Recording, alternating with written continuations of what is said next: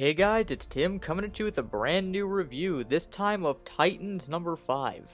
And for those who are curious as to why I'm reviewing the 5th part of this story arc, even though the story arc isn't over yet, it's because we're changing up our review format where we'll still do story arcs at the end of arcs, but we're going to do what we view as bigger comics each week, even if they are off issues beyond the first issue or the last issue of an arc. With that said, in this issue, we start off with the Titans outside of Wally all being incapacitated by puppet versions of their younger selves, all under the control of Abracadabra. And Wally now only has seconds to race across the entire country from Coast City to Gotham to Metropolis in order to stop all of these puppet versions from killing his friends.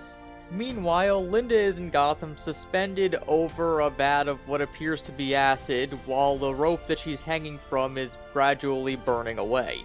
So it's a race against time as Wally pushes himself faster than he ever has before in order to save all of his friends from their puppet versions of their younger selves.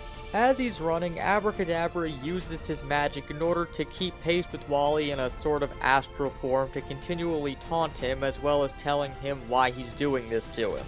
As he claims, the reason why Wally was sent into the time stream that we saw back in DC Rebirth was because Abracadabra viewed him as the biggest threat and thought that sending Wally away forever would give him fame or infamy.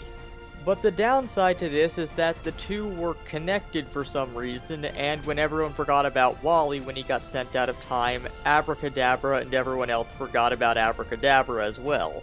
And Abracadabra's goal now is to push Wally so hard that he himself removes himself from the time stream as opposed to Abracadabra doing it, basically so that Abracadabra can have his cake and eat it too this time. Wally is able to get around the entire country and save all of his friends from the puppet versions of their younger selves, and then he runs to save Linda from the vat of acid. He manages to do it, but the issue ends with Wally fading away. Overall, this issue is pretty good, but it definitely has problems. For one, not a huge amount happens in this issue. It's basically just Wally running really fast and reflecting on himself having to run this fast and him wanting to save his friends and his loved ones while Abracadabra taunts him, and that's basically it. And on the note of Wally running very fast, it's really not reflected all that well in the issue that he is running fast. Obviously, since it is from Wally's perspective, even though in real time he's supposed to be going in seconds to all these different locations around the country, he's only going as fast to the reader as they're reading the book. But even beyond the whole perspective thing, they really don't even use basic speed techniques to make it seem like Wally's going all that fast. There's no after images, no motion blur, no speed lines. He's just sort of getting more and more blue lightning as he runs, which isn't really showing speed all that well. But with that said, there is a lot of good emotion in this issue that I do genuinely like. You can definitely feel Wally struggle as he wants to save all of his loved ones and not to lose them again like he did when he was stuck in the time stream. And the ending has a lot of legitimate emotion to it that makes me want to come back for the next issue.